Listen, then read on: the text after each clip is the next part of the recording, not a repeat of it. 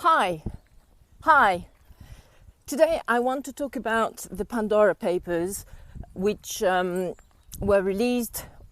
I think they're going to be released in batches, to be honest, but they have started to being released yesterday by the CILG, which I understand is the International Confederation of Journalists, or something like that. And they are based in Washington, and they coordinated with, I believe, 300 press correspondents and journalists around the world, usually collaborating with the biggest newspapers, most serious newspapers in each jurisdiction. So, for example, they selected the Guardian and the BBC alternative in the UK.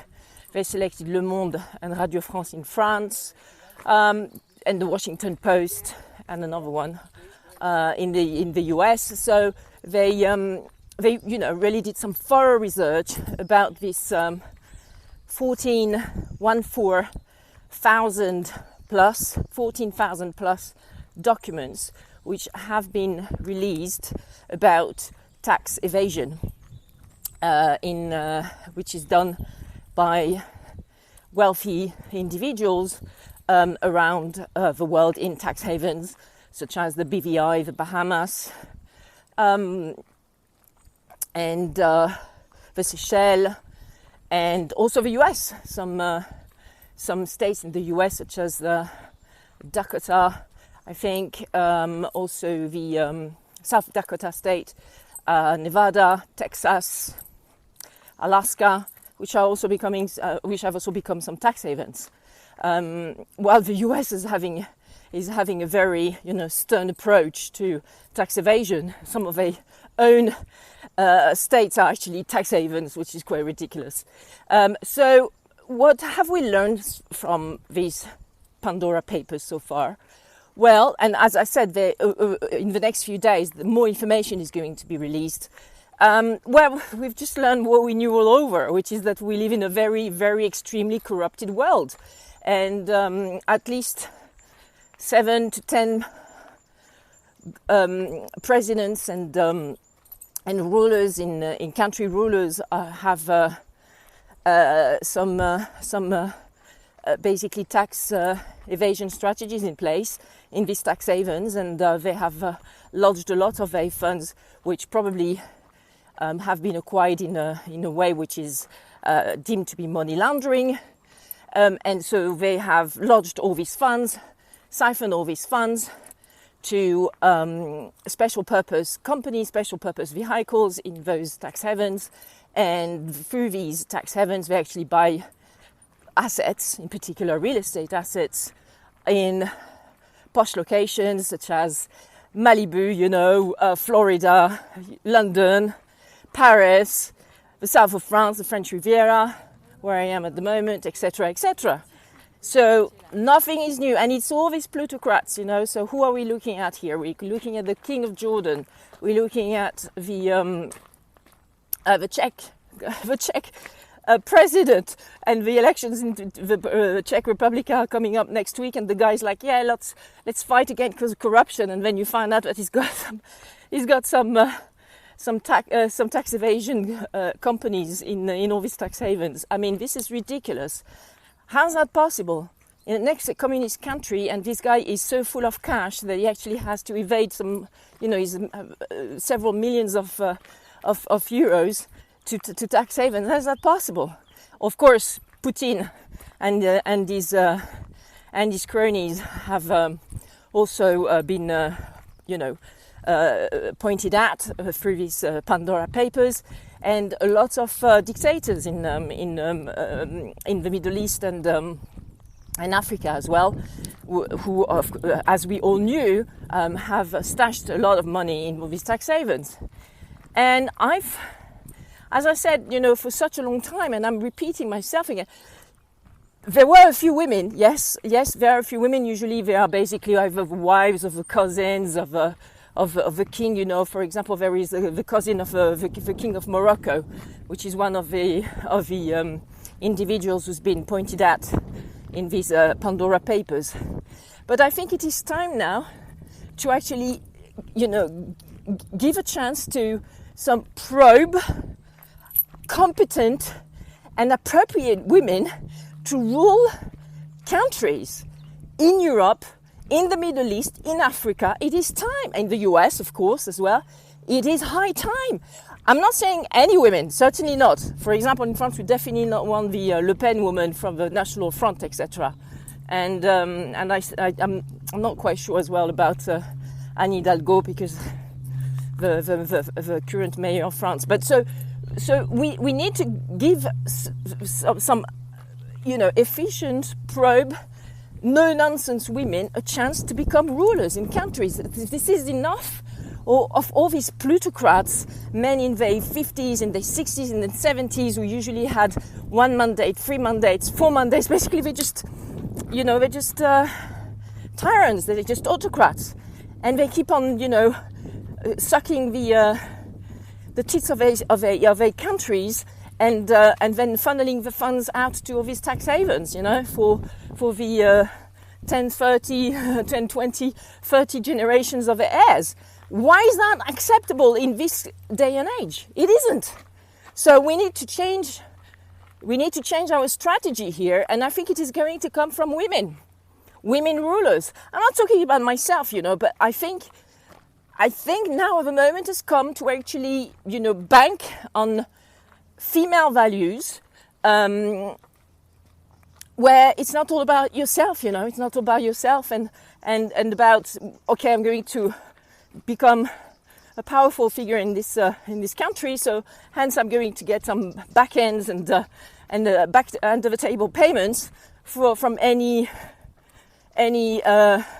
construction company and entrepreneur in the country, because they have to pay me if they want to get the bid, if they want to win the bid for this and that project. This is this sort of cronyism and plutocratic and autocratic approach has been going on forever, because we are ruled by men, and men think with their dicks most of the time. They don't think with this. They brain and their heart. They think with their penises. I'm sorry, but it has to be said. When you are a very basic man, that's the first thing you think about. And this is unacceptable in this day and age. It's not all about these kind of guys and their dicks. It is about, how are we going to make sure that everyone on this planet Earth is getting his or her fair share of happiness by being able to eat, by being able to wash himself or herself every day, by being able to have shelter, by being able to educate himself or herself, not all the power and wealth in the hands of just the very few, but redistributing this power and this wealth in a way that we all are able to basically meet our basic and even more evolved needs on the pyramid of, I think it's called Sokolov or Pavlov, or no, not Pavlov, but it's like a Russian guy, and he's set up this pyramid of needs. And the first needs are food, water, shelter, sex. Second needs are, educating yourself, using your brain. Third need are, developing your potential, having a career, etc., etc. And so of course the pyramid becomes thinner and thinner at the top. And my point is that we need, today we could do it. We have, as we can see, way enough, wealth in this humanity to actually make sure that all people have the ability to actually fulfill their basic needs, at the very, very least, their basic needs. The problem is that most of this wealth, and when I say most, I really do mean most, because these Pandora papers have actually revealed that the wealth that is being channeled out to this tax haven is looking at trillions of dollars and euros and rubles and whatever, it's trillions of dollars. Only in the name of a few plutocrats and billionaires and millionaires in the world, and this wealth needs to be redistributed in a way which is fair and allows everyone to actually fulfill his or her, at the very least, basic needs, and then hopefully intermediate needs, such as developing the your career path and the reason why you're here on Earth and accomplishing your life mission, etc. And therefore this whole fucking system, excuse my French, is rigged. It needs to go away. And when I hear, the CILG and all these journalists saying, "Hey, hang on, we're just letting you know this information, but by the way, putting some money in companies, in offshore companies, in tax havens is actually legal," I disagree. It isn't. It isn't legal. What do you think that the tax authorities are going to do when all the information is released about these billionaires and millionaires and governments in each country? Well, they're going to tax the shit out of them. They're going to actually put them under tax investigations, tax audits, and make them pay. I mean, hopefully, then you don't really know what's going to happen in non-democratic countries, such as like in Africa or the Middle East, etc. I doubt that the King of Jordan is going to have its Jordan IRS on his back, but that should be the actual course. The course is that actually it is tax evasion, and the tax authorities are definitely going to try to get their money back from French citizens and UK citizens, because apparently the Blairs as well have been targeted, the Cherry and Tony Blair. So that's interesting as well. Nothing stops her, that Cherry Blair. She could have said no to this Al Sayanaya family or whatever they called when they said, "Yeah, well, we're going to sell you the real estate in Marylebone in London, but only through a company." She could have said, "No, I don't want to touch this with a barging pole." So what did she do? Well, she said, "Yeah, of course, yeah, no problem." I'm sorry, there's a problem of ethics here, especially when you're a barrister. So anyway, it's interesting news. We're going to learn more in the near future, because the CILG is going to release the news every day, I think, for the next few days. So I'm pretty much stuck on Twitter and Google at the moment, listening to what's going on. But, it's about time. It's about time we make these discoveries, and these things, we've known forever, and we have all these warnings, and, because before the Pandora papers, there were the Panama papers, and in 2017 there were some other papers. What did we do about this? What happened? How come it didn't change the system? This is concerning. I am concerned. It is not changing because there is no change of the way the system is structured. And the only way it's going to change is if we let women who need to be selected women among, like we need some Angela Merkel women for every country in the world, really. A woman, that kind of woman. And when you have that kind of woman ruling most countries, this sort of shit is not going to happen again. That's going to be over. It is going to be over. Because it is unacceptable. And the sanctions against this kind of individuals who have no ethics whatsoever. They have no remorse. They don't even, they don't care. They don't care that it is actually disgusting what they do. These people are the most pungent and disgusting individuals you can see in the world. All these cronies, all these plutocrats. They are the most disgusting, with the lowest vibration. Do you think that it ever crosses their mind that what they're doing is disgusting? They don't give a fiddle fuck. These people you cannot change. Either you kill them and you get rid of them. When I say you kill them, this is a figure of speech. When I say this is you get rid of them. You get rid of them. You put them out of the system, but they're never going to change. So the only way to change the system is to put some players who actually have ethics, a lot of, rigor and ability to work hard, and who have a moral compass. We have too many countries and rulers who have no moral compass, and they lie. They like that, like they breath. Disgusting thing. Anyway, it's great that it's coming out. It was about time.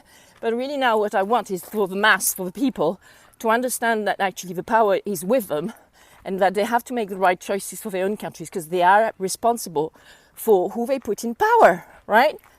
When Trump was elected, I felt sorry for the Americans. At the end of the day, hey, you voted for this twat. Live with it. We'll live with the consequences. You made your bed, live in it. So the power is with the people, but they have to become accountable, okay? They have to stop saying, well, I've elected this guy, well, actually this guy made a push and made a push, and now he's in power, so no, in any case I can't do anything and I can't think by myself. This is over, okay?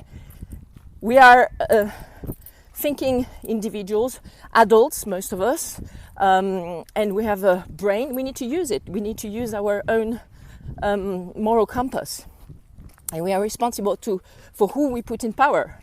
And if at the moment there is a fucking crook in power in your country, in your state, well, maybe it is time that the people do something about it. How do you want a fistful of cunts to actually stop a whole people of millions, if not sometimes billions of people? It's impossible. The power is with the people. It's just a matter of organizing and having a common vision. So work on that. Get your common vision organized and change the system. Because otherwise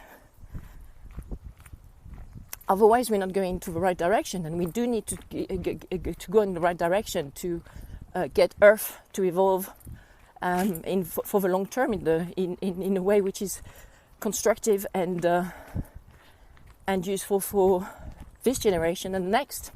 Bye for now.